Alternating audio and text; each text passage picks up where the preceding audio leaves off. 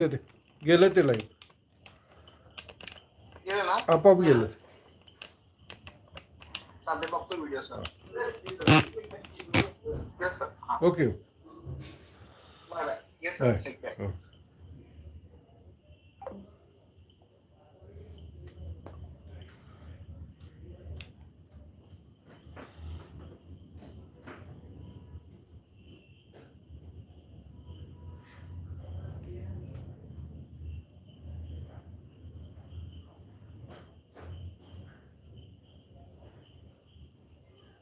मिनल साठे नमस्कार.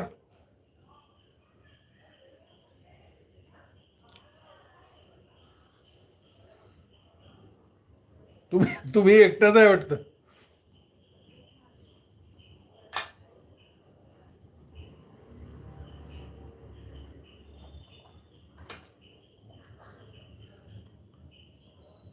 आले आले यायला लागलेली आहेत मंडळी.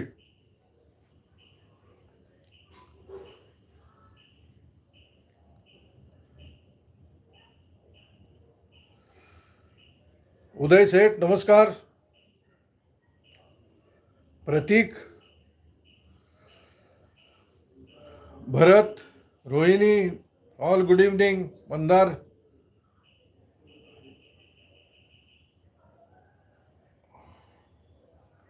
माझा आवाज ऐकू येतोय का तुम्हाला?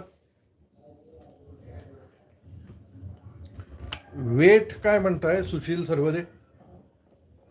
वेट म्हणजे काय? आज गाडी लेट आहे. होय, ते मगाचपासून ते काय लाईव्ह जायलाच तयार नाही.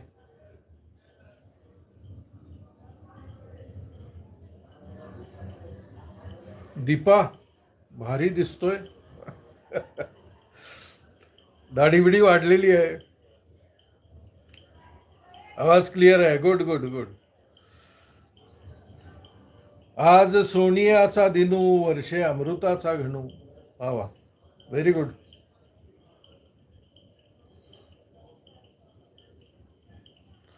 जरास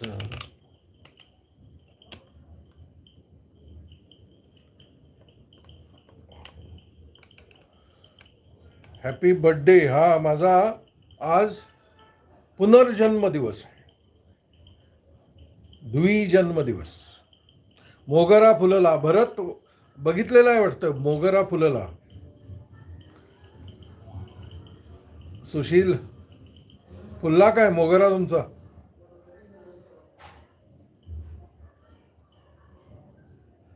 Ganesh, yes we all are lucky. In fact आपल्या सगळ्यांना हे या मार्गाने त्या निर्मात्यांनी नेलं आहे किंवा नेत आहे, हे आपलं भाग्य आहे.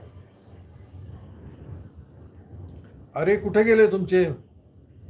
आले आले. वेळ झालेला आहे आधीच. 1-2 मिनिटं थांबूया आणि बोलायला सुरू करूया. Smita madam thank you. येस, मला आनंद झाला की तुम्ही मोगरा फुलला हा व्हिडिओ बघितला. तुम्हाला तो कळला नाही कळला, कुणी त्याच्यावरती काही भाष्य केलेलं नाही आहे. गणेश, तुमचा मोगरा फुलावा हीच इच्छा आहे म्हणून आलेलो आहे तुमच्याशी बोलायला.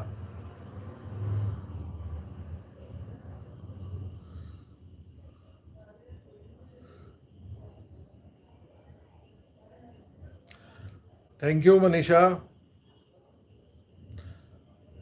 चला सुरू करूया, फार वेळ घालवायला नको. आज खरंच सोनियाचा दिनू. कारण असे दिवस सर्वसाधारण माणसाच्या जीवनामध्ये येत नाहीत. आमच्यासारख्या सर्वसाधारण माणसावर कृपा झाली आणि 29 ऑगस्ट हा दिवस माझ्या जीवनामध्ये उजाडला. खरं तर हा दिवस 29 ऑगस्टला उजाडला म्हणणं योग्य ठरणार नाही, कारण हा दिवस माझ्या जीवनामध्ये 18 जुलै 1981 साली उजाडला. 18 जुलै 1981. आणि तेव्हापासून ही सुरुवात झालेली आहे. म्हणजे सूर्य उगवायच्या आधीची सुरुवात असते ना, पहाट असते ती. म्हणजे सूर्य उगवलेला नाही, अंधार आहे, पण ती पहाट होण्याची जी चाहूल आहे ना, ती चाहूल 18 जुलै 1981 साली ॲक्च्युली झाली. पण तो सूर्य उगवलेला दिसला 29 ऑगस्ट 2005 साली. आणि मग काय, सगळं जीवन उजळून गेलं. कसला भारी शब्द आहे, उजळून गेलं. खरं तर मी आज काय ह्या दिवसानिमित्त बोलणार नव्हतो, एरवी पण कधी बोलत नाही. पण सकाळी आपले साधक मित्र आहेत सचिन खाटोळे पुण्याचे, त्यांनी मला मेसेज केला. सर म्हणाले या दिवशी आज जरा बोला, तुमचं थोडक्यात त्यांना असं म्हणायचं होतं की आज त्या निमित्ताने जरा भेटूया. आणि मग मला असं वाटलं की हो, आज भेटूया, त्या निमित्ताने भेटूया. मुळात ही भेट फार महत्त्वाची आहे. महत्त्वाची ह्यासाठी आहे की आपण रिअल टाईममध्ये भेटतोय. लक्षात घ्या, रिअल टाईम. आत्ता ह्या क्षणी मी इथं बसलेलो आहे आणि तुम्ही सगळे समोर आहात. रिअल टाईम आहे. आणि या रिअल टाईममध्ये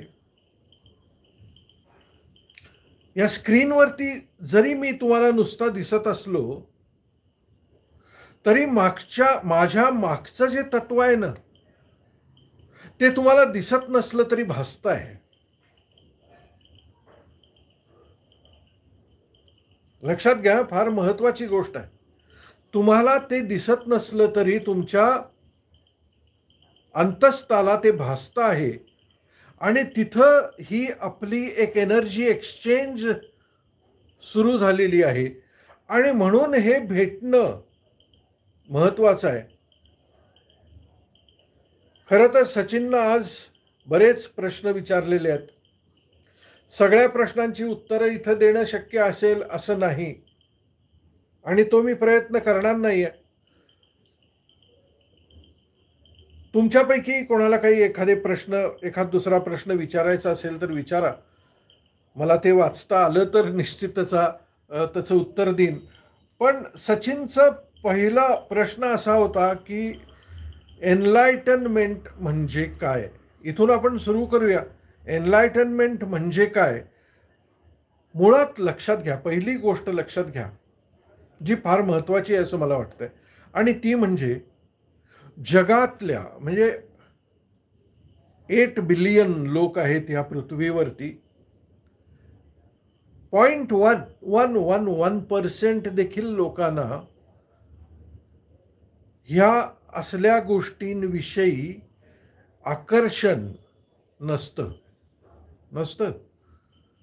0.111% लोकांना देखील असल्या गोष्टींविषयी आकर्षण नसतं. ज्यांना आकर्षण असतं ते फार भाग्यवान. ज्यांना असल्या गोष्टींचं आकर्षण असतं ना, ते कसलंही असू दे. मी धार्मिक गोष्टींबद्दल बोलत नाही, पूजापाठ करण्याबद्दल, देवदेव करण्याबद्दल बोलत नाही आहे मी. पण ह्या सगळ्या ज्या काय फिलॉसॉफिकल गोष्टी आहेत, मी कोण आहे, मी तत्वता कोण आहे, सोहम म्हणजे काय, मी म्हणजे तत्वता कोण वगैरे, असे सगळे जे काय बौद्धिक प्रश्न ज्यांना पडतात ते भाग्यवान लोक जगामध्ये आहेत. आणि तुम्ही जर हे ऐकायला इथं आज जमला असाल तर मी म्हणतोय की तुम्ही अतिशय भाग्यवान आहात. कारण 0.11111% लोकांना देखील याची जाणीव किंवा याची ओढ निर्माण होत नाही. आणि हे मी बोलत नाही आहे. भगवद्गीतेमध्ये प्रत्यक्ष भगवान श्रीकृष्ण हे सांगतायत की फार फार थोड्या लोकांना माझं आकर्षण वाटेल, माझं म्हणजे श्रीकृष्ण तत्वाचं, कृष्ण कॉन्शियसनेसचं फार थोड्या लोकांना आकर्षण वाटेल, फार थोड्या लोकांना मी समजीन देखील, पण बोटावरती लोक मला प्राप्त करतील. हेच मी कोहम ते सोहम या पुस्तकामध्ये लिहिण्याचा प्रयत्न केला. सो तुम्ही इथं आज गप्पा मारायला, आपण काही फार मोठा सोहळा इथं करत नाहीये, आपण गप्पा मारतोय. तुम्ही गप्पा मारायला इथं आज माझ्याबरोबर आलेला आहात. तुमचा वेळ काढून तुम्ही भाग्यवान आहात की ह्या दिशेनं युनिव्हर्सनं तुम्हाला ओरिएंट केलेलं आहे. सो सुचिन म्हणतोय तसं पहिला प्रश्न आहे की एनलाइटनमेंट म्हणजे काय. मित्रांनो, साधी गोष्ट आणि साधा शब्द आणि साधा त्याचा अर्थ आहे एनलाइटनमेंट म्हणजे एनलाइटनमेंट. बघा ना, शब्दच बघा. आता इथं जर प्रकाश नसेल आणि इथं मला प्रकाश निर्माण करायचा असेल तर मला काय करावं लागेल, या खोलीला एनलाइटन करावं लागेल, लाईट लावावं लागेल. एनलाइटनमेंटचा अर्थ काय, प्रकाश पाडणे, प्रकाश पडणे म्हणजे एनलाइटनमेंट. कसला प्रकाश, कसला प्रकाश, कसला प्रकाश, ह्याचा हा फार महत्वाचा पॉइंट आहे. समजून घेण्याचा प्रयत्न करा. अवघड आहे, कारण आपल्याला इतक्या ते अवघड पद्धतीत आत्तापर्यंत शिकवलं गेलेलं आहे, आपल्या माती मारले गेलेलं आहे, त्यामुळे थोडंसं अवघड आहे, पण तरी समजून घेण्याचा प्रयत्न करूया. कसला प्रकाश, याचा प्रकाश की ज्याला मी म्हणतोय त्याला 2 डायमेन्शन आहेत. ज्याला आपण मी म्हणतो, मी, त्या मीला 2 डायमेन्शन आहेत. जसे एका कॉईनला 2 डायमेन्शन असतात ना, छापा आणि काटा. कॉईन एकच आहे, कॉईनला 2 बाजू जशा असतात तशा ह्या मीला 2 बाजू आहेत. एक व्यक्त मी, व्यक्त मी, आणि एक अव्यक्त मी. कळतंय तुम्हाला? व्यक्त म्हणजे आता तुमच्या समोर जो स्क्रीनवरती दिसतोय तो माझ्या अस्तित्वाचा व्यक्त भाग. ही माझ्या अस्तित्वाची एक बाजू, व्यक्त भाग. पण मला आणखीन एक बाजू आहे. जसा त्या नाण्याला दुसरा पण बाजू आहे तशी मला एक दुसरी बाजू आहे, आणि ती म्हणजे अव्यक्त भाग, अव्यक्त बाजू. ही दिसणारी आहे आणि ती न दिसणारी आहे. दिसणारी काय आहे, दिसणारी मी, माझं हे शरीर, माझं नाव, आणि नावाबरोबर माझी निर्माण झालेली आयडेंटिटी की माझं नाव प्रदीप पवार आहे, माझं वय इतकं इतकं आहे, माझं काहीतरी शिक्षण झालेलं आहे, मी या गावामध्ये राहतो, वगैरे वगैरे. माझ्याबद्दलचं माझं जे काही माझी ओळख जी आहे ते माझी व्यक्त बाजू. आणि अव्यक्त बाजू, अव्यक्त बाजू कुठली? या व्यक्त बाजूला जी गोष्ट जिवंत करते, ज्याच्यामुळे हे व्यक्त बाजू बोलते आहे, चालते आहे, व्यक्त होते आहे, ती बाजू. बघा, कळते काय? व्यक्त, अव्यक्त. काय अव्यक्त दिसतं काय? नाही, कारण ते अव्यक्त आहे. आपण म्हणतो की याचा जीव गेला, पण जीव जोपर्यंत होता तोपर्यंत तो जीव दिसत होता काय? जीव दिसत होता? नाही, जीव दिसत नसतो. जीव गेलेलाही दिसत नसतो, पण जीव असतो, तो अव्यक्त फॉर्म मध्ये असतो. ती आपली अव्यक्त बाजू. पण आपण इतके ह्या व्यक्तामध्ये गुरफटलेलो आहे, इतके ह्या व्यक्तामध्ये इन्व्हॉल्व झालेलो आहे की आपल्याला आपली व्यक्त बाजूच दिसते, कळते, आणि we are interested only in the व्यक्त. एनलायटन प्रकाश याचा पडतो की अरे मला ही अव्यक्त बाजू देखील आहे, मला हा अव्यक्त डायमेन्शन देखील आहे, जो अव्यक्त अनंत आहे, अमर्याद आहे, इनफायनाईट आहे. मग अव्यक्त जर इनफायनाईट असेल तर तुम्ही काय झाला? अव्यक्त तुम्हाला जिवंत करणारं जे तत्व आहे, जे अव्यक्त आहे, ते जर अनंत असेल तर त्या लॉजिकनं तुम्ही काय झाला? तुम्ही देखील इनफायनाईट झाला ना, तुम्ही देखील अनंत झाला. पण तुम्ही अनंत आहात हे तुम्ही समजता काय? नाही. तुम्ही मर्यादित आहात हेच तुम्ही समजता, कारण तुम्ही त्या फक्त व्यक्तालाच चिकटलेले आहात. अव्यक्ताची जाणीव ज्यावेळेस होते त्यावेळेस आपण ह्या व्यक्तापासून मुक्त होतो. मुक्त म्हणजे मुक्त होत नाही, आपण त्याचा त्याग करत नाही, पण आपल्याला हे कळतं की अरे हे जे इथं काही वर्ष लुडबुडणारं जे माझं व्यक्त फॉर्म आहे तो येणार आहे आणि जाणार आहे. असे किती व्यक्त फॉर्म माझे आले असतील आणि गेले असतील. सो मी हा व्यक्त फॉर्म नाही आहे, मी इन रियालिटी अव्यक्त आहे, त्यामुळे मी अनंत आहे. ही जाणीव आपल्याला मर्यादित स्पेक्ट्रम पासून अमर्यादित स्पेक्ट्रम मध्ये घेऊन जाते आणि तिथंच सगळा डायनेमिक बदलतो. तिथं आयुष्याचं सगळं ओरिएंटेशन बदलतं. मग हा माणूस लिमिटेड राहत नाही, आणि हा लिमिटेड राहिला नसल्यामुळे ह्याच्या जीवनामध्ये लिमिटेड असं काही येत नाही, मग अनलिमिटेड होतं सगळं. सगळे पोर्टल्स ओपन व्हायला लागतात.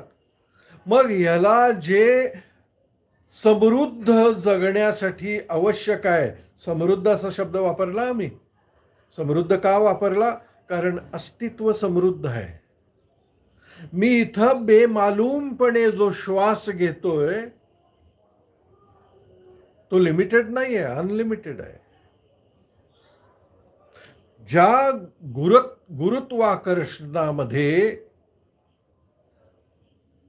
गुरुत्वाकर्षणामुळे मी कंट्रोल्ड या पृथ्वीवरून चालतो, ते मुबलक आहे, ते कंट्रोल्ड आहे. ते एखाद्याला ओढतंय आणि एखाद्याला उडवतंय असं काही होत नाही. त्याला एक बॅलन्स आहे. सगळं इथं मुबलक आहे, सगळं अनंत आहे आणि सगळं बॅलन्स मध्ये आहे. ते माझं खरं स्वरूप आहे. आणि हे स्वरूप ज्याला कळतं त्याला मी आत्ता म्हटलं तसं त्या व्यक्तीचं आयुष्यच बॅलन्स मध्ये येतं ना. कारण मग तो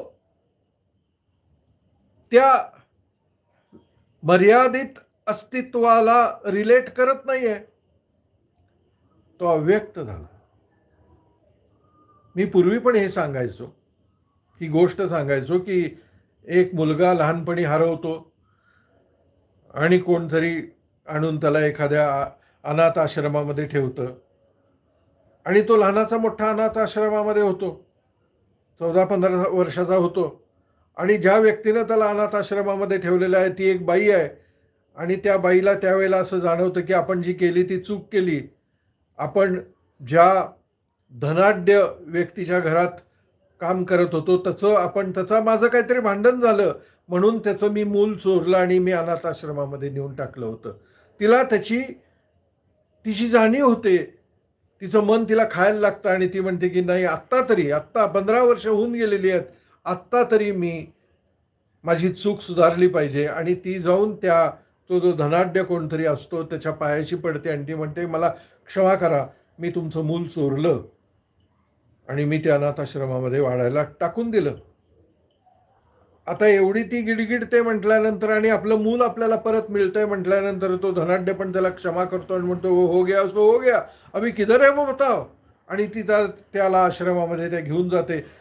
आणि ते मूल त्याला परत मिळतं आणि त्या मुलाला त्याच्यानंतर जाणवतं की अरे मी लहानाचा मोठा एक अनाथ म्हणून झालेलो आहे, पण प्रत्यक्षात मी या धनाढ्य व्यक्तीचा, ह्या राजाचा मुलगा आहे. त्याची मानसिकता बदलायला किती वेळ लागेल? एक क्षण. तो अनाथ गरीब असलेला जो मर्यादित व्यक्ती होता, तो एक धनाढ्य व्यक्तीचा मुलगा आहे कळल्यानंतर त्याच्या आतलं सगळं ओरिएंटेशन बदलायला एक क्षण लागतो. तो तिथेही गेल्यानंतर अनाथासारखा राहणार नाही. The whole thing has changed. It has transformed. Similarly ज्या व्यक्तीला हे कळतं की मी हा लिमिटेड व्यक्ती जो समजतोय स्वतःला तो नाही आहे, त्याच्या मागे असलेला जो अव्यक्त आहे तो खरा मी आहे, द होल ओरिएंटेशन चेंजेस. आणि हे कळणं म्हणजे एनलायटनमेंट. पण सचिननं पुढं त्याच्या प्रश्नामध्ये असं लिहिलेलं आहे की पण अनेकांना असं वाटतं की एनलायटन होणं म्हणजे काहीतरी विजा चमकणं, काहीतरी डोळ्यासमोर मोठा प्रकाश निर्माण होणं, तिथून काहीतरी तुमच्या आतमध्ये निर्माण होणं, तुमचा थरकाप उडणं आणि तुमच्यामध्ये अधिभौतिक कुठल्या तरी क्षमता आणि सिद्धी प्राप्त होणं, असं असतं काय? याचा आणि जाणीवेचा, आत्मबोधाचा काहीही संबंध नाही. जाणीव किती हलकी असते. एखादी तरुण मुलगी जिचं लग्न झालेलं आहे, बघा, जस्ट कल्पना करा, एक तरुण मुलगी आहे 22-23 वर्षाची, तिचं नुकतंच लग्न झालेलं आहे. लग्न होऊन एक वर्षभर होत आलेलं आहे. तोपर्यंत ती मुलगीच आहे ना, मुलगी स्वरूपातच आहे. आणि मग तिला दिवस गेलेले आहेत, ती गरोदर आहे आणि 9 महिन्यानंतर तिला बाळ होतंय. ज्या वेळेस त्या मुलीला बाळ होतंय त्यावेळेस त्या मुलीमध्ये देखील आई होण्याचं एक परिवर्तन घडतं. तोपर्यंत नाही आहे. तोपर्यंत तिला लहान मुलं आवडत असतील कदाचित, पण तिच्यामधलं जे मातृत्व आहे ते जागृत नाही झालेलं. तसंच ज्या वेळेस आपल्याला कळतं की मी, अरे आत्तापर्यंत ज्याला मी म्हणत होतो तो मी त्याच्यापेक्षाही विराट आहे, विशाल आहे, अनंत आहे. हे ट्रान्सफॉर्मेशन जे आहे ना, हे अतिशय हळूवार आहे. त्या मुलीला आई झाल्याची जाणीव जितकी हळूवार असते तितकं हळूवार आहे. त्याच्यासाठी कोणत्याही विजा चमकायला लागत नाहीत, कोणताही अधिभौतिक साक्षात्कार होण्याची गरज नाही आहे. हलका आहे, ते सरळ आहे, साधा आहे. आणि कोणालाही असं झालं, ज्यांना झालेलं आहे, कोणालाही असं झालेलं नाही की असं काहीतरी गडगडलंय, कडकडलंय आणि काहीतरी विलक्षण वेगळं काहीतरी झालंय आणि मग त्याला जागृत हे झालेलं आहे की जाणीव झालेली, अरे मी एनलायटन झालो. काही गरज नाही. झोपून उठल्यानंतर जी सहजता आहे ना, तशी एनलायटनमेंट आहे. झोप म्हणजे अविद्या आहे, इग्नरन्स आहे, आणि जाग येणं ही जागृती आहे. ही इतकं सहज आहे.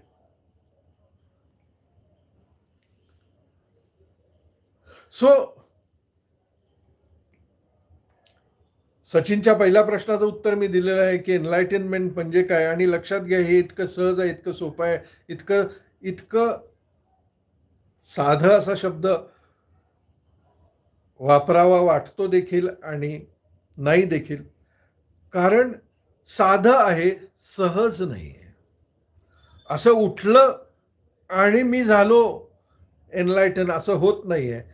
कळतं इंटेलेक्च्युअली, अनेक लोकांना हे कळू शकतं, पण आत्मबोध ज्याला म्हणतो, आत्मबोध, हा बोध व्हायला काही काळ लागतो. कालच्या अभंगामध्ये ज्ञानेश्वर माऊली म्हणतात की फुले वेचिता बहरू कळियासिया आला. म्हणजे फुलं वेचायला लागलोय जाणीवेची की अरे मी अनंत आहे, आणि बहरलंय सगळं, इन्स्टंट वाटतं. प्रत्यक्षामध्ये तेवढं इन्स्टंट नाही आहे. कारण मी ह्या शरीराशी इतका चिकटलेलो आहे की त्याच्यातून बाहेर पडणं हे इतकं साधं नाही आहे, इतकं सोपं नाही आहे. कारण ह्याच्या रिलेटेड मी, माझं मन, माझ्या आवडीनिवडी या सगळ्यांनी मला धरून ठेवलेलं आहे. ते असे सहजी मला सोडत नाही, सोडणार नाही. पण एकदा सुरू झालं, ते एकदा सुरू झालं की मग फुले वेचिता बहरू कळियासी आला, यायला लागतं ते. तो सगळा प्रोसेस, इट्स अ प्रोसेस. आणि म्हणून बघा, नाथपंथीयांमध्ये देखील धुनी नावाचा एक प्रकार आहे, माहिती आहे? धुनी म्हणजे काय? लाकडं जळती ठेवतात त्याच्या धुनीमध्ये. असं म्हणतात की अनेक नाथपंथी देवळांमध्ये ती धुनी कधी कुठल्या नाथानी लावली असेल शेकडो वर्षांपूर्वीची, ती विझलेली नाही आहे, ती अजूनही जळत आहे, ती जळत ठेवली आहे. लक्षात घ्या, ही धुनी प्रतिकात्मक आहे, प्रतिकात्मक आहे. सांगण्याचा नाथांचा उद्देश हा आहे की ही जागृतीची जी धुनी आहे ना, आपल्या आतमध्ये जागृतीची जी धुनी आहे, ही तशीच पेटत ठेवावी लागते, तरच तिचा बोध वाढू लागतो. ती विझवली की संपलं. मग ते जे मानगुटीवरती बसलेला वेताळ आहे ना, मनरूपी व्यक्तिमत्व रूपी वेताळ मानगुटीवर बसलेलाच आहे, तो लगेच ताबा घेतो त्याचा. आणि म्हणून सत्संग महत्वाचा आहे. सत्संग म्हणजे काय? सत्याबरोबर झालेला संग. ऍक्च्युली ते सत्य बाहेर नाहीये कुठं, माझ्याच आतमध्ये ते सत्य आहे. या अशा बोलण्यानी त्या सत्याशी मी संग साधतो आणि त्याचा सत्संग होतो. सत्संग महत्वाचा आहे. अशा विचारांचं वाचन महत्वाचं आहे, त्याच्यामध्ये राहणं महत्वाचं आहे. तर ही संकल्पना मुरायला लागते, आत मुरायला लागते, मॅरिनेट व्हायला लागतं. मॅरिनेट झाल्याशिवाय ती आत मुरत नाही, ती आत बोध त्याचा जागृत होत नाही.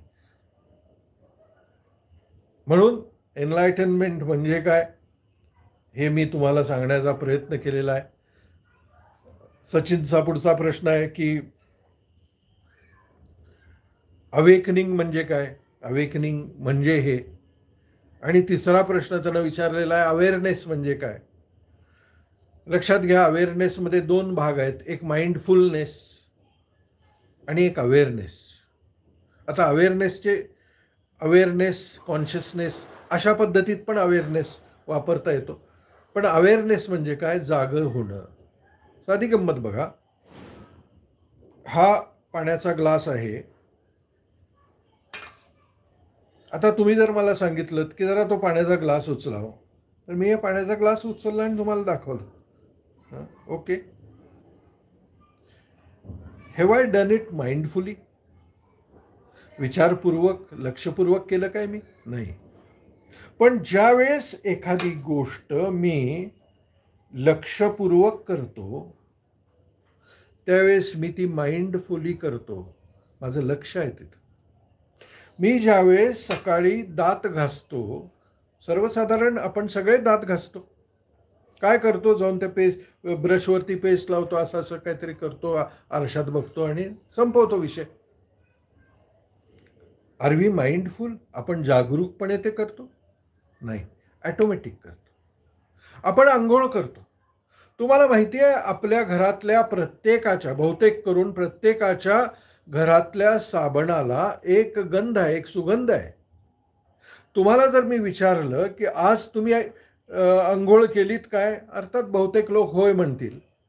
आणि मी जर तुम्हाला विचारलं की अहो तुमच्या साबणाला कुठला सुगंध आहे, सांगाल? अरे, साबणाला सुगंध? I don't know. मी कधी रजिस्टरच केलं नाही, कारण मी माइंडफुलच नव्हतो त्याच्याबद्दल. मी तो फासला अंगाला, वरती पाणी घेतलं आणि विषय संपला. म्हणजे 90% गोष्टी जगातल्या, जीवनातल्या, रोजच्या मी ज्या करतो त्या ॲटोमॅटिक करतो. आणि हे माइंडफुल रेव्होल्यूशन जे अलीकडच्या काळामध्ये आलेलं आहे, ते म्हणतं की त्यातल्या काही गोष्टी तरी जाणीवपूर्वक करा, माइंडफुली करा. जेवताना जेवा. बरेचसे लोक जेवताना टीव्ही बघतात, बरेचसे लोक जेवताना मोबाईल बघतात आणि इकडे जेवत असतात. ते काय जेवतात ते त्यांना कळत देखील नाही.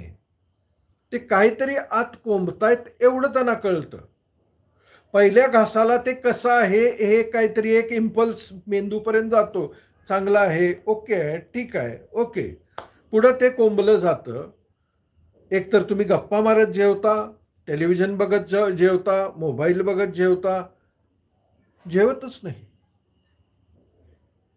जेवतच नाही. आपण कुठेतरी जातो, काश्मीरला जातो, पॅरिसला जातो, आणखीन कुठे कुठे जातो, आणि तिथं येऊन आपण तिथं घरी येऊन गप्पा सांगतो. आपण आम्ही पॅरिसला गेलो होतो, आम्ही लंडनला गेलो होतो, आम्ही काश्मीरला गेलो होतो, आणखीन कुठे गेलो होतो. पण ज्या वेळेस तुम्ही त्या काश्मीरमध्ये असता त्यावेळेस तुम्ही काश्मीर सोडून बाकीचं सगळं तुमच्या डोक्यामध्ये चालू असतं. तुम्ही काश्मीरमध्ये कधीच नसता. तुम्ही फिजिकली काश्मीरमध्ये असता, मेंटली आणखीन तिसरीकडे असता. सो काश्मीर तुम्ही 100% एन्जॉयच केलेलं नाही, पॅरिस तुम्ही 100% एन्जॉयच केलेलं नाही, लंडन तुम्ही 100% एन्जॉयच केलेलं नाही. तुम्ही लंडनची कुठली तरी मेमरी सांगताय, लंडन नाही सांगत. कारण ॲटो मोडवरती जगतोय आपण, आणि अध्यात्म हेच सांगतंय की या ॲटो मोडमधून बाहेर पडा, जागे व्हा. सो छोट्या छोट्या गोष्टी करायला, छोट्या छोट्या गोष्टी, अगदी फार मोठ्या गोष्टी सांगत नाहीये मी.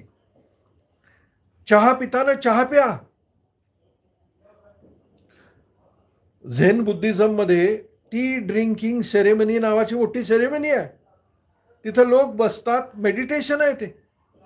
चहा पिताना चहा पितात, लक्षपूर्वक चहा पितात, बाकीच्या गोष्टी करत नाहीत.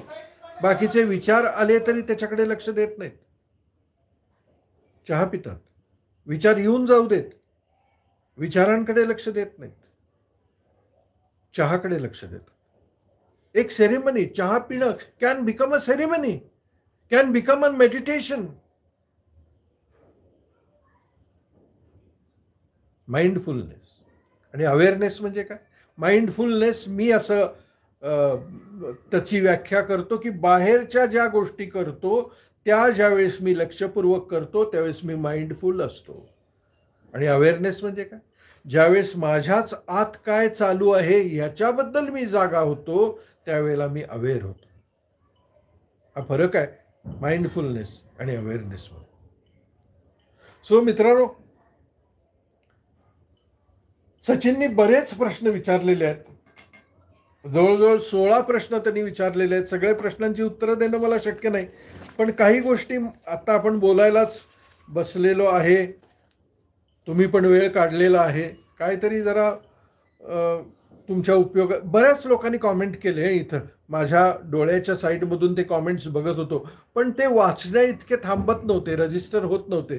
त्यामुळे मी ते काय तुम्ही लिहिलेलं आहे हे मी वाचू शकलो नाही. So excuse me for that. काही 2-4 वाचून दाखवतो. इंटरेस्टिंग आहे, आपण सगळे जमलेलो आहे म्हणून. हां, मी मगाशीच म्हटलं की तो म्हणतो आत्मबोध म्हणजे काय मिरॅकल आहे काय? There is no miracle. झोपून जागं होताना जो मिरॅकल आहे तोच मिरॅकल आहे. What is the significance of this in day to day life? दैनंदिन दिवसामध्ये हे सगळं कळलं, काय उपयोग काय त्याचा? मित्रांनो, हा जरासा गहन विषय आहे. हा असा 2-4 मिनिटात सांगण्यासारखा नाही आहे. आणि हाच विषय समजावा म्हणून मी नवीन पुस्तक माझ्या हस्ते लिहिलं गेलेलं आहे, ज्याचं नाव आहे आनंदाचे डोही आनंद तरंग. हा जर विषय कळला, हा आत्मबोध जर झाला खरंच जीवनामध्ये, तर त्याचा प्रत्यक्ष जीवनावरती कसा परिणाम होतो, आपण दैनंदिन जगताना काय परिणाम होतो, आपल्या नातेसंबंधांमध्ये काय परिणाम होतो, आपण ज्या निसर्गामध्ये राहतो त्याच्याने आपलं नातं कसं होतं, आपण जे कामधंदा करतो त्याचं आपलं नातं कसं होतं, आपण जे पैसे मिळवतो त्या पैशाशी आपलं नातं कसं होतं, हे सगळं मी त्या पुस्तकामध्ये मांडण्याचा प्रयत्न केलेला आहे. सचिन बाळ, तुला ते पुस्तक वाचावं लागेल. मी आत्ता त्याच्यावरती जास्त भाष्य करू शकत नाही. तिसरा प्रश्न आहे, व्हॉट इज द भारी प्रश्न आहे, मस्त प्रश्न आहे. तुला या प्रश्नाबद्दल 10 पैकी 10 मार्क मी दिलेले आहेत. फार भारी प्रश्न आहे. तो म्हणतो, what is the difference between death and enlightenment. बहुत अच्छा सवाल.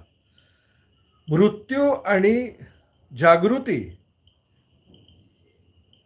यामधला फरक काय? मृत्यू व्यक्तीचा होतो.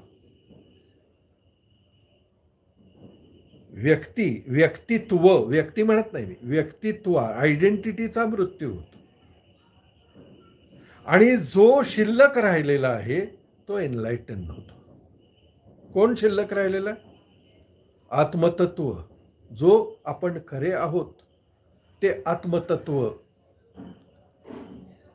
काय भारी प्रश्न कोणीतरी विचारलाय बघा. म्हणजे मला त्यांचा फोटोच पाठवा, मी त्यांचं नाव वाचू शकलो नाही, नाहीतर मी तुमच्या घरी येऊन तुम्हाला भेटलो असतो. त्यांनी प्रश्न विचारलाय. हे डिस्कशन चालू आहे. कसलं भारी राव, फार मजा आली मला. हे डिस्कशन चालू आहे आणि ह्यात त्यांनी प्रश्न विचारलाय, टॅपिंगचा रिझल्ट किती दिवसात येतो. आई शपथ राव, याच्यापेक्षा $1 मिलियन प्रश्नच ह्या संभाषणामध्ये असू शकत नाही. $1 मिलियन आहे. तुम्ही कुठं राहता याचा पत्ता फक्त मला पाठवा, मी तुमच्या घरी येऊन तुम्हाला कुठं असाल तिथं भेटणार. कारण एवढं प्रभुत्व तुमचं जे काय तुम्ही दर्शवलेलं आहे ह्याच्याबद्दल मी फारच खुश झालेलो आहे, फार आनंदी आहे. असू दे, काय करू, फार अवघड आहे. ह्या विषयात तुम्ही आलाय हेच चमत्कार आहे. असो. तर मृत्यू आणि एनलाइटनमेंट मधला फरक हा की मी एक मर्यादित व्यक्ती आहे, याचा मृत्यू होतो, माझा होत नाही, ही एनलाइटनमेंट आहे. मी मरत नाही. मी जो अमर्याद अनंत ब्रह्मतत्व ब्रह्मचैतन्य आहे तो मरू शकत नाही. तो मरतच नाही, कारण तो जन्मालाच आलेला नाही ना. मृत्यू होतो त्या नामरूपाचा, अस्तित्वाचा मृत्यू होत नाही. सो नामरूपाचा. म्हणून तुकोबा म्हणतात, माझे मरण मी या देही पाहिले. कोण मेलं? प्रदीप पवारच्या जीवनामध्ये 29 ऑगस्टला ज्यावेळेस ही घटना घडली की त्यांनी रात्री 10:30 वाजता त्या आरशाकडे बघितलं आणि त्याला असं लक्षात आलं की आरशात जो बघतोय तो जो व्यक्ती आहे त्याचं अस्तित्व असं क्रंपल होऊन त्याच्या पायात पडलेलं आहे. मग उरलं कोण? फक्त बघणारा साक्षी उरला. व्यक्तित्व संपलं होतं. सो हा फरक आहे. सचिन, फार महत्वाचा प्रश्न आहे आणि त्यातही फार महत्वाचा प्रश्न आला की टॅपिंगचा किती दिवसात रिझल्ट येतो. फार छान. हे दोन एकत्र करणं हे म्हणजे ह्याला फार मोठी क्षमता लागते. आई शपथ.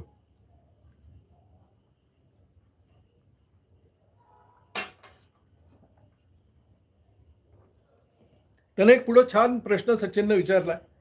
सामान्य लोकांना तो म्हणतो, look for expansion in identity. सामान्य व्यक्ती माझं व्यक्तिमत्व वाढावं असं त्याला वाटतं ना, माझ्यात हे व्हावं ते व्हावं, माझा विकास व्हावा. आणि अध्यात्म म्हणतं की तुझी आयडेंटिटी सोडून दे. मुळात लक्षात घे, आयडेंटिटी सोडल्यानंतर उरतं काय? लक्षात घ्या, हा प्रश्न इतका तू मार्मिक विचारलेला आहेस. आयडेंटिटी सोडल्यानंतर उरतं काय? एक्सपान्शनच उरतं ना. मग त्या आयडेंटिटी मधलं म्हणजे बेडूक फुगून फुगून किती फुगतो एवढा, आणि ते बेडकाच्या आयडेंटिटीमधनं बाहेर पडल्यानंतर फुगणं अनंत आहे ना. कुठलं एक्सपान्शन पाहिजे तुला? त्या बेडकाचं फुगणं पाहिजे का अनंताचं एक्सपान्शन पाहिजे?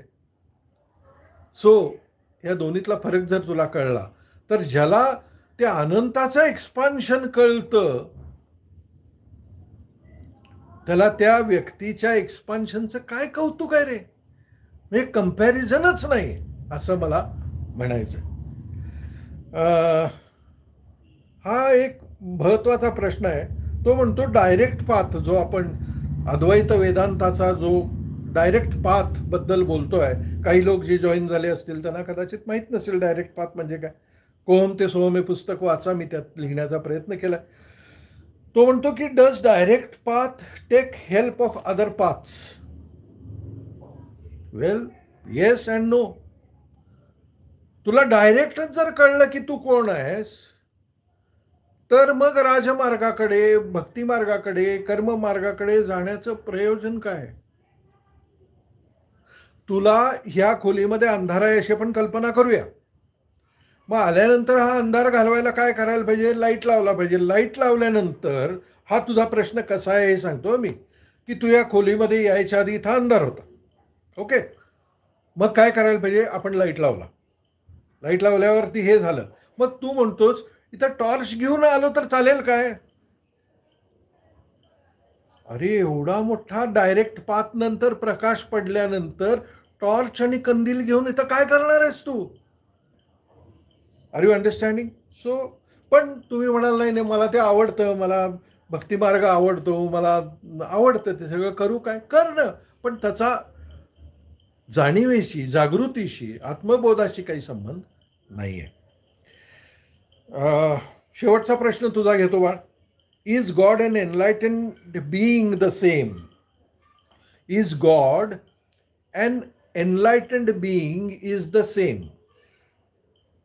गॉड म्हणजे कोण? गॉड म्हणजे निर्गुण निराकार. ओके, जे ते तत्व, ज्या तत्वातून सगळी सृष्टी उत्पन्न झालेली आहे त्याला आपण गॉड म्हणतो. मग तुझा आता प्रश्न गॉड म्हणजे देवळातल्या गॉड बद्दल आहे का व्यापक गॉड बद्दल आहे हे मला कळलेलं नाही. पण मी तुला पहिलं व्यापक देतो उत्तर, की गॉड म्हणजे हे सगळं अस्तित्व ज्या कुठल्या युनिव्हर्सल इंटेलिजन्सनं निर्माण केलं असेल त्याला मी गॉड म्हणतो.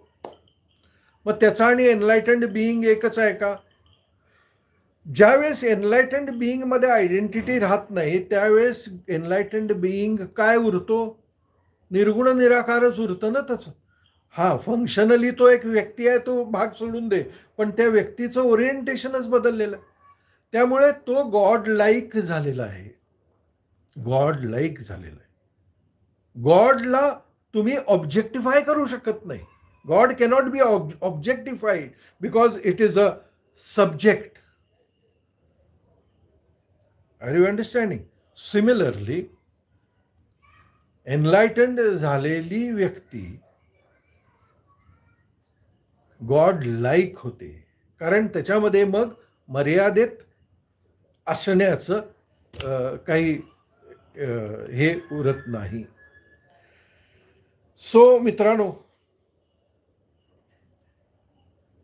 हू कीप्स टेकिंग बर्थ टिल एनलायटनमेंट?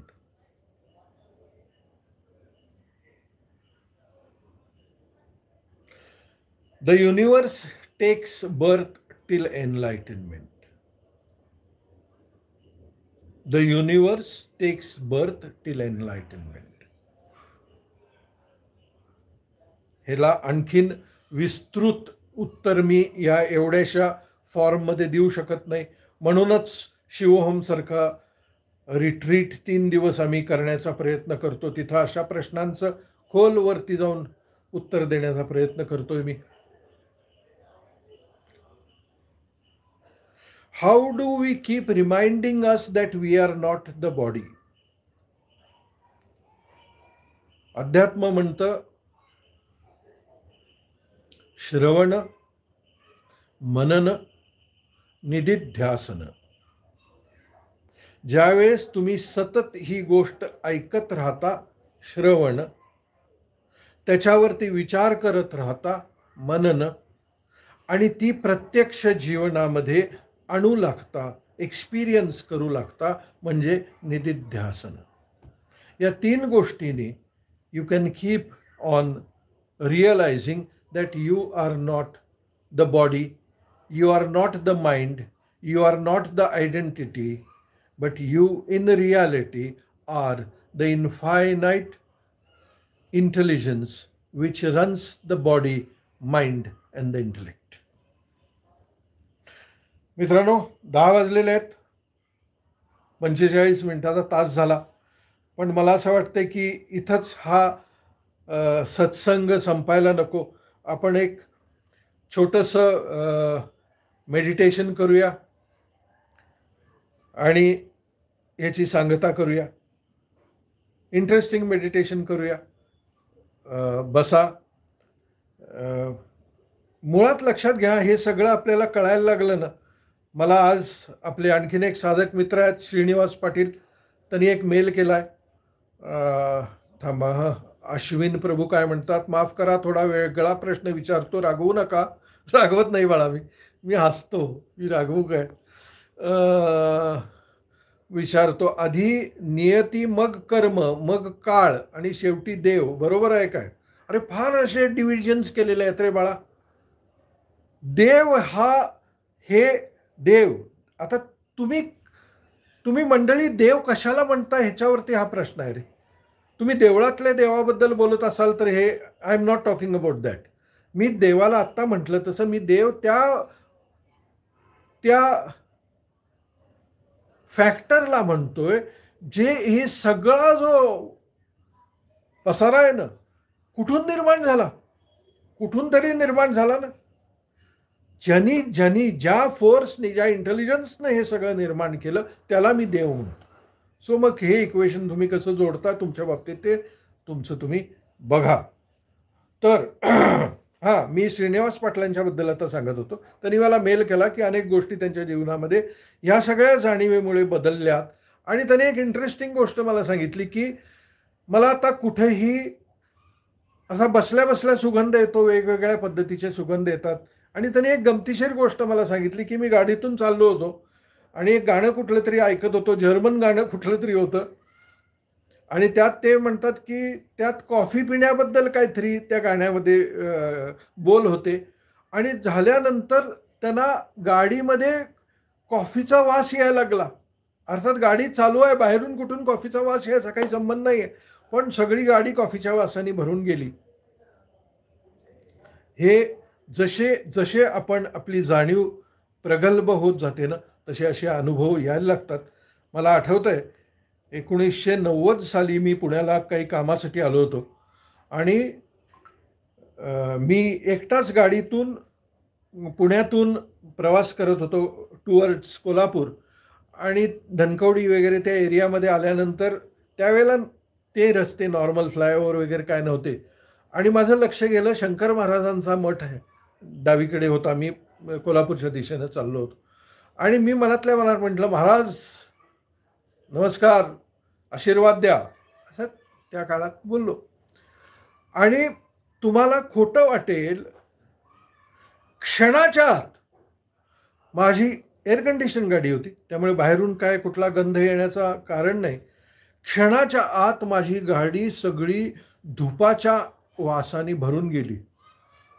मी इतका असा काय म्हणतो ओव्हरवेल्म झालो की अरे, मी म्हणतोय महाराज आशीर्वाद द्या, आणि गाडी सगळी भरून गेली. मित्रांनो, तुम्हाला खोटं वाटेल, शिरवळला जाईपर्यंत तो गंध गाडीमध्ये तसाच होता.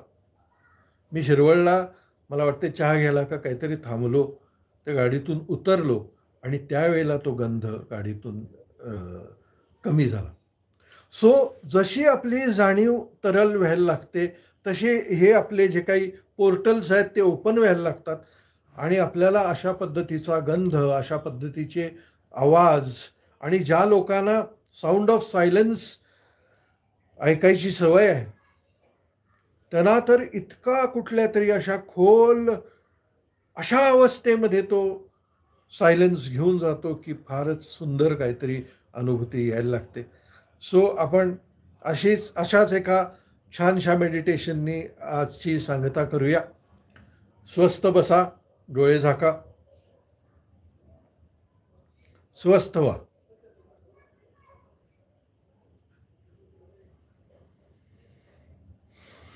श्वासावर लक्ष केंद्रित करा.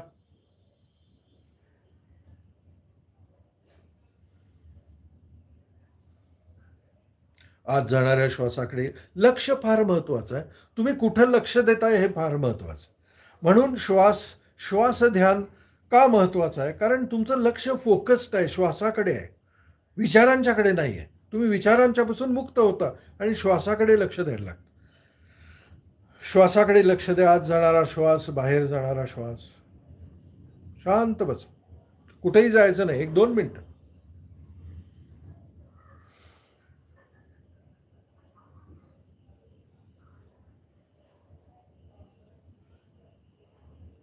सर्व शरीरावरचा ताण हलका करा.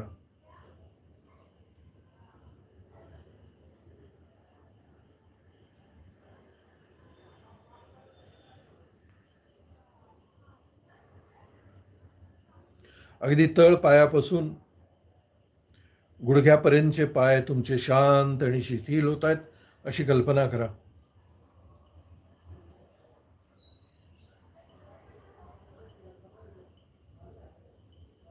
दोन्ही मांड्या आणि सीटचा भाग शांत आणि शिथिल होतोय अशी कल्पना करा.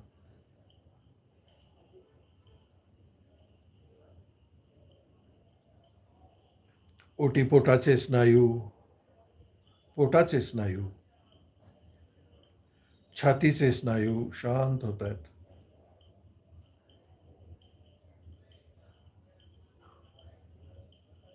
दोन्ही खांदे शिथिल होत आहेत, शांत होत आहेत, रिलॅक्स्ड होत आहेत.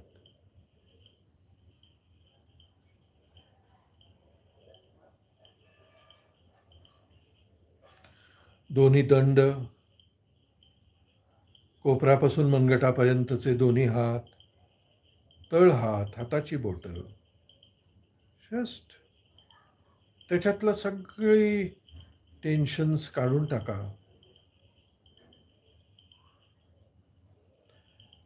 फुग्यातून हवा निघून गेल्यानंतर फुग्याची कशी अवस्था होते? शांत होतो, शिथिल होतो. Just relax.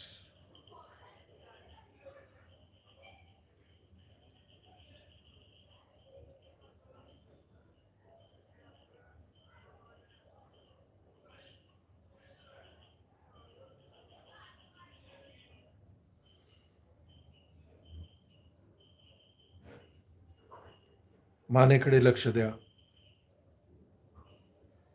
मानेचे स्नायू शिथिल होत आहेत अशी कल्पना करा.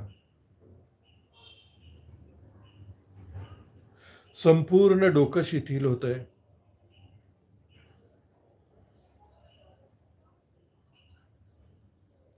कपाळावरचा ताण हलका होतोय.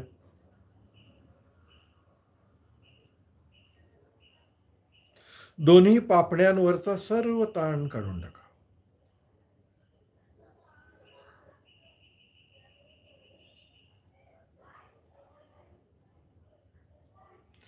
दोन्ही डोळ्यांवरचाही सर्व ताण काढून टाका.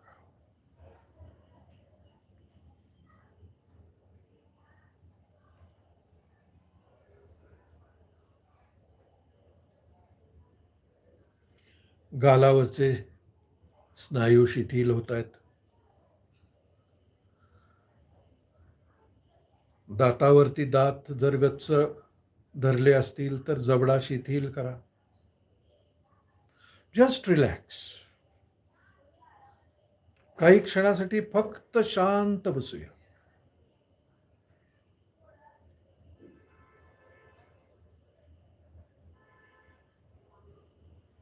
सर्व शरीरावरचा ताण हलका झालेला आहे.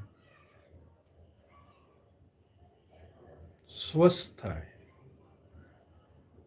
लक्षात घ्या, ही स्वस्थ असण्याची जाणीव इतकी विलक्षण आहे की नुसतं ह्या स्वस्थ असण्याच्या जाणीवेकडे लक्ष जरी दिलं ना तरी तुमचं अंतर्बाह्य सगळं अस्तित्व ती बॅलन्स करून टाकते.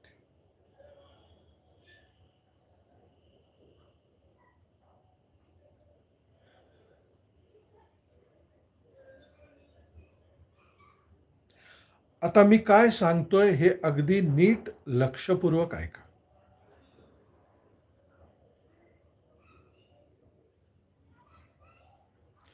तुम्ही जिथं बसलेले आहात ना, जसे बसलेले आहात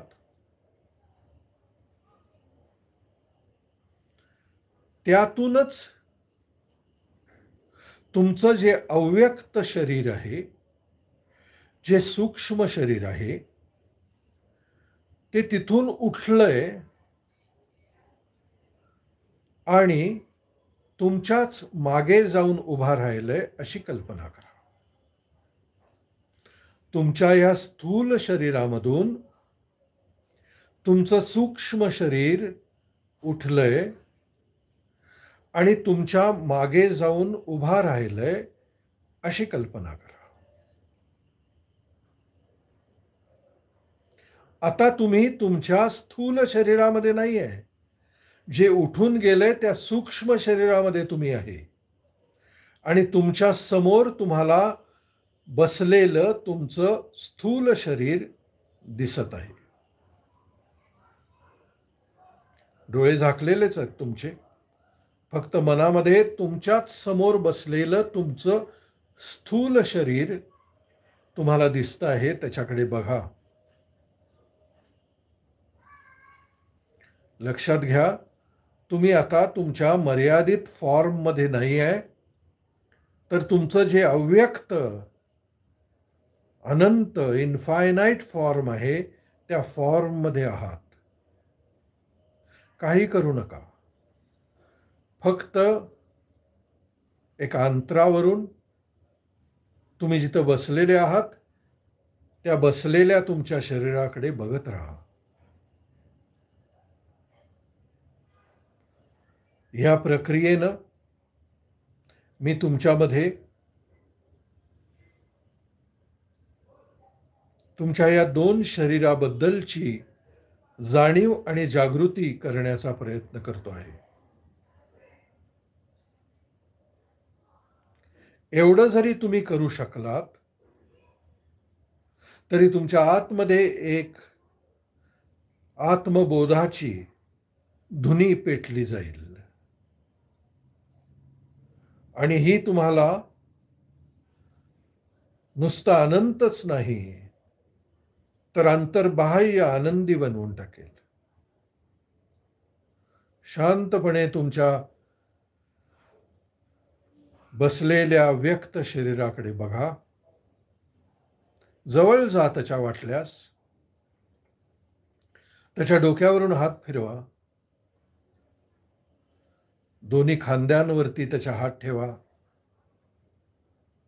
त्याच्या पाठीवरून उभेचा मायेचा हात फिरवा. तुमचंच एक रूप आहे हे. त्याला तुमचं प्रेम हवं आहे. तुमच्या अंतःकरणापासून त्याला तुमचं प्रेम हवं आहे. ते प्रेमाला भुकावलेलं आहे. तुम्ही जसं त्याच्यावर प्रेम करू शकाल तसं कोणीच त्याच्यावरती प्रेम करणार नाही, कारण करणारे सगळे बाहेरचे असतील. तुम्ही त्याचं अंतस्वरूप आहात, आतलं स्वरूप आहात. त्याच्या डोक्यावरून हात फिरवा. वाटल्यास प्रेमाने मायेने त्याच्या गालावरून हात फिरवा, त्याच्या कपाळावरून हात फिरवा. मायेने मागून त्याला जवळ घ्या. किती प्रेमाचं बाळ आहे तुमचं हे. तुमची ऊब त्याला किती किती हवीशी आहे बघा. तुम्ही ज्यावेळेस त्याला मागून असे पकडता त्यावेळेस त्याला त्याच्या आईनं धरल्यासारखं वाटतं. तिच्या छातीशी धरल्यासारखं वाटतं.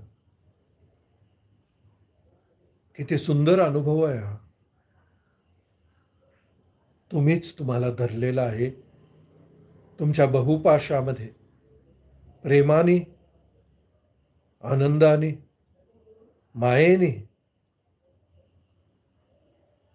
एवढं प्रेम, एवढी माया, एवढी एकात्मता जीवनामध्ये कधीही कुठूनही बाहेरून मिळू शकत नाही. याच अवस्थेमध्ये हळुवारपणे त्या शरीरामध्ये परत जा. पण लक्षात घ्या, आता परत गेलेलं जे अनंत आहे ते तुम्हाला जाणीव करून देऊन गेलेलं आहे की मुला, मी अनंत आहे, लक्षात ठेव. तू ज्याला मर्यादित व्यक्ती समजतोस तो मी मर्यादित व्यक्ती नाही. मी तुझंच अनंत स्वरूप आहे, प्रेम स्वरूप आहे, आत्मस्वरूप आहे, आनंद स्वरूप आहे. या आनंद स्वरूपामध्ये सुखावून जा. तुमच्या आतमध्ये तुम्ही एक दिव्य प्रकाश बघितलाय ह्याची जाणीव होऊ दे. हा ज्ञानाचा प्रकाश आहे, हा आत्मप्रकाश आहे. या आत्मप्रकाशामध्ये न्हावून जा. तुमच्या पेशीमध्ये हा आत्मप्रकाश प्रज्वलित होऊ दे. तुम्ही या प्रकाशाने न्हावून जा. हा प्रकाश तुमच्यामध्ये त्याचं तेज उत्पन्न करू दे. तुमच्या शरीरातून हे तेज बाहेर पडतंय. सर्वत्र तुम्ही तेजस्वी झालेले आहात, कारण हे आत्मतेज तुमच्यामधलं जागृत झालं आहे. शांत बसा. दोन्ही हात आपल्या छातीवर ठेवा. त्याच अस्तित्वाने तुम्हाला आज ही जाणीव द्यायची ठरवली, याबद्दल मनोमनी कृतज्ञ व्हा. जस्ट बी ग्रेटफुल की तुम्हाला हा जीवनामध्ये अनुभव आला. आणि हळुवारपणे डोळे उघडा.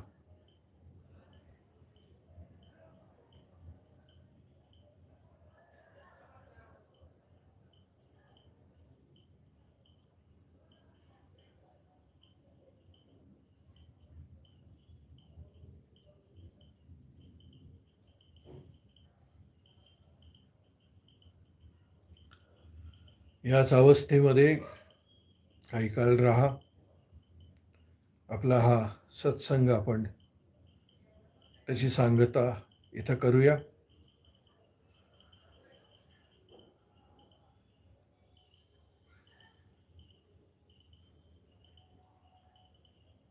अशीच ही धुनी पेटत राहू दे आणि आत्मजागृती होऊ दे, ही इच्छा. शिवोहम शिवोहम.